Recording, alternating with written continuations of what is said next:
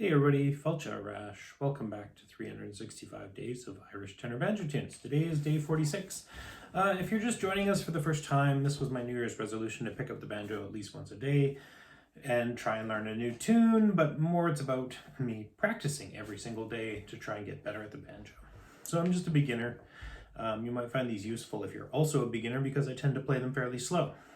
Now, what we're using is we are using the Banjo Buddies Big Book of 365 Irish Tunes. It's put out by James Finnegan. He's got a channel on YouTube called the Banjo Buddy.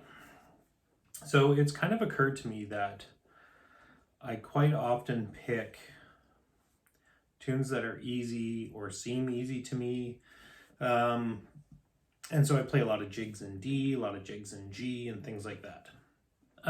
So today I decided to try, if I wait to play all the tunes that I don't like till the end, well, not that I don't like them, that they're more foreign, foreign's not the word, just things that I'm not used to. I haven't heard them at all. I'm not even familiar with, like a jig is a pretty standard sort of da da da da da da da, down up, down, down up, down, down up, down up. And a reel is fairly similar, although reels tend to have a little bit of more melody notes in them. But if I wait till the end and play all the tunes that I have to now play, because that's all that's left in the book that I didn't like the first time around or had a hard time with, I will be left with nothing left but really difficult tunes. So what we're going to play today is a slip jig. Now a slip jig is a tune that's written in 9/8 time. So it's interesting. So the Banjo Buddy describes that as there are three beats per bar, each grouped into 3 quavers. There may be some crotchet movement depending on the tune. An easy way to identify a slip jig is to recite the simple mnemonic over and over to the beat of the tune. Rashers and sausages, sausages, rashers and sausages, sausages. However, when I look at the particular tune that I've selected, it doesn't seem to have that. It's like quarter, eighth, quarter, eighth, eighth, eighth, eighth, quarter, eighth, quarter, eighth, eighth, eighth, eighth. So it's just I don't know. I guess it doesn't follow the particular tune. It's also written in E Dorian. Now, the interesting thing with E Dorian, I don't know if you caught our other video where we talked about modes.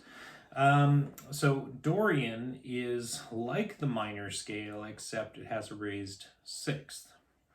So in this particular case, we've got an F sharp and a C sharp, which is actually the same as, no guesses, D major.